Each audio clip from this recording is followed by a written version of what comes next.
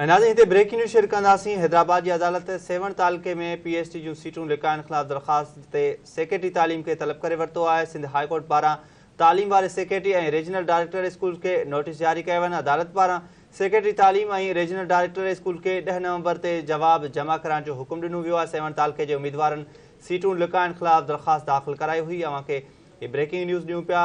हैदराबाद की अदालत में 7 तालके में PhD जूं सीटूं लिकाइण ख़िलाफ़ दरख़्वास्त दाख़िल कई हुई ऐं सेक्रेटरी तालीम के तलब करे वरितो आहे।